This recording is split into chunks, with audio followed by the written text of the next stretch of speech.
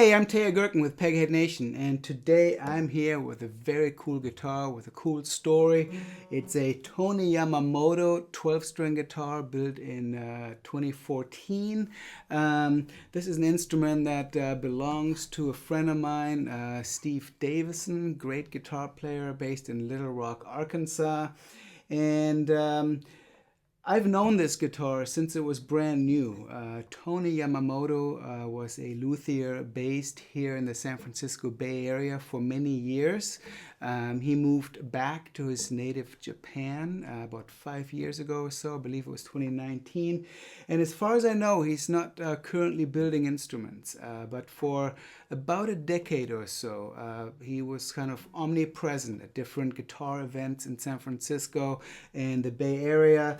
And among those, a guitar showcase that I used to host at a little coffee shop. And Tony would usually come. It was a monthly show, and he would bring whatever he had finished that month for people to check out. And so sometime in 2014, he brought this guitar, which our friend Steve Davison had commissioned for him to build, and I got to play it when it was brand new. And I believe I sent Steve a video of the guitar saying, hey, you're getting a really good one.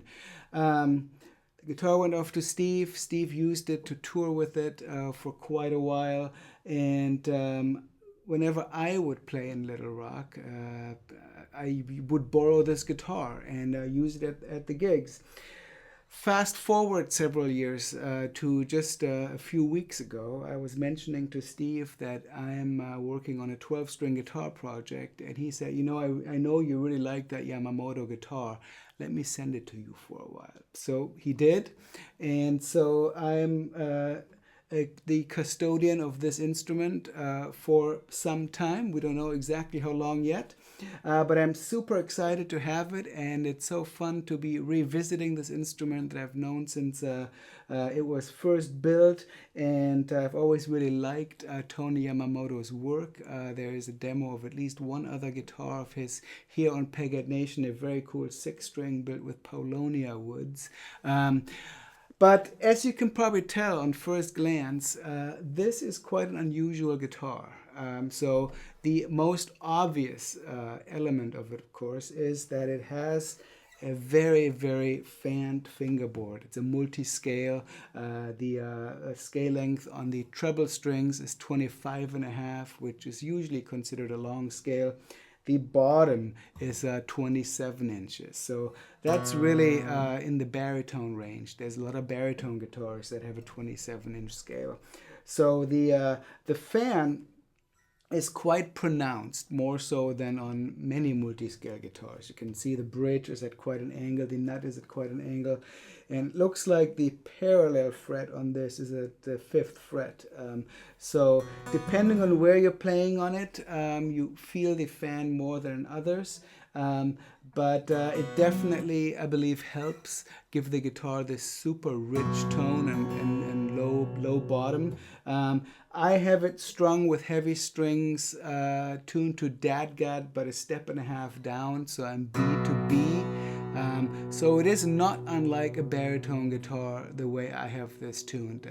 My own 12-string tuning is kind of inspired by the playing of Leo Kottke, who, when he was playing 12-string guitar, was tuning down a step and a half. If he's in standard tuning in C sharp, I tune my regular 12-string guitars the same way. But a huge sound. It's I haven't really experienced this kind of a power and bottom end from a lot of other 12-string guitars. You might also notice that the body is just really large. It's a 17-inch body, and 17 inches, that's kind of like the biggest arch tops are about that. It's rare to find a guitar that is wider than 17 inches in the lower bout. Just a very large guitar. Now, to make playing it a little bit easier, the body features a wedge. So it is thinner here at the bass side than it is on the treble side. I haven't measured exactly what it is, but as you can tell, it's there's nothing subtle about this instrument. Just like the fanning is fairly radical, the wedge, which is a design that Luthier Linda Manzer first came up with, I believe. is also quite radical. The guitar also has a armrest bevel, beautifully done in, I believe, koa, and there's another bevel for the rib cage, kind of where it hits you right here. So despite the fact that it's a very large guitar, Tony kind of did whatever he could to make the guitar as comfortable to play as possible. The guitar has an Adirondack spruce top and New Guinea rosewood back and sides, and that is not a wood that I was familiar with until I saw this guitar. Gorgeously striped, really nice coloring, goes really well with the koa that's used for the armrest bevel and the other bevel, as well as the binding of the guitar. The fingerboard is also bound in koa. Fairly simple in terms of its appointments, no fingerboard inlay. Of course, there are dots in the side. Simple rosette. It's kind of a triple ring with an abalone center and koa on the sides. Deep cutaway, and it's a 12 fret neck, so relatively stout due to the 12th fret neck, and that also contributes to being a little bit easier to play than you might think with a guitar like this. Very long and sleek peg head, just enough room for a set of full-size Goto 510 tuners on there, and just a really fascinating and interesting instrument. So, as I already mentioned, and as you've no doubt heard, I have the guitar tuned low with heavy strings, which is how I tend to play 12 strings for the most part. I string my standard 12 strings that way too. Steve had it tuned to standard pitch with lighter gauge strings, and I did play the guitar that way as well, and it sounded fabulous. But with this long scale on the bottom strings, the guitar really does lend itself to that. And of course, there is a long tradition of long scale 12 strings, starting with the Stellas played by Lead Belly and other blues players back in the day. And in some ways, you could look at this as kind of a modern interpretation of that kind of tonality. Really fabulous bottom end.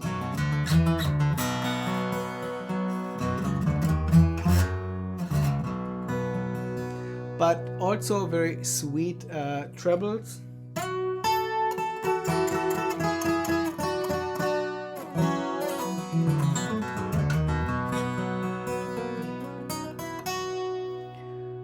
I am not particularly used to playing a multi-scale fingerboard, so since I've only had this guitar here for a couple of weeks now, I'm still getting used to it. Some things are a little bit easier to play. Certainly it's easier to play than a guitar where the entire fretboard would have a 27-inch scale. Some stretches do become a little bit longer to do because of the longer bass strings, but you do get the advantage of keeping sort of the sweetness of the shorter scale in the treble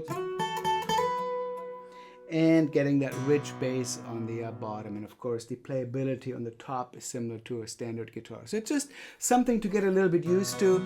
I'm having a ton of fun with this, and it's super fun to remember Tony being here in the Bay Area, building lots of guitars and bringing them around to different shows. And I do hope that he finds his way back to building guitars, because I think he has a very unique approach to building a flat top guitar, and pretty much all the guitars of his that I've played were just fabulous and super unique, and no two were alike. So huge thanks to Steve for letting me play this guitar for a while, and if you find yourself in Little Rock, Arkansas, look him up and see if he's playing somewhere. Fabulous guitarist out there. So I think I'll go out and play a tune of mine called The Groomsman. It's a piece that I've recorded a couple of times, both on 12-string and 6-string guitar, and uses this lower DAT-GAT tuning. If you are seeing this on YouTube, consider coming over to pegheadnation.com, not just for our gear demos, but also our many courses and lessons for guitars and other stringed and fretted instruments. My name is Teja Gerken. Thanks for watching, and here's The Groomsman.